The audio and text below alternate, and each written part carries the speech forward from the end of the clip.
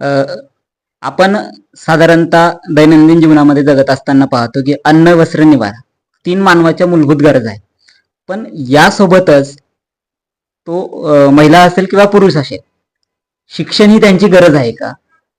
बऱ्याच ठिकाणी शिक्षणाला ऑप्शनल म्हणून बघितलं जातं. आजही ग्रामीण भागामध्ये जर गेलो तर ऑप्शनल म्हणून शिक्षणाला पाहिलं जातं. खरंच ही गरज आहे का? तुम्हाला याबद्दल काय वाटतं? हो, तसं पाहिलं तर शिक्षण हा तिसरा डोळा आहे माणसाचा आणि खरंच नितांत गरज आहे शिक्षणाची. कारण शिक्षणाने माणसात माणूस पण येतं. आपण पाहतो की छोटे मुलं ज्या वेळेला येतात शाळेत तर ती अगदी कोरीपाटी असते. तसं सायन्स मानत नाही कोरीपाटी असते, कारण सगळा बराच डाटा त्यांना त्यांच्यात अगोदरच उपजतच असतो.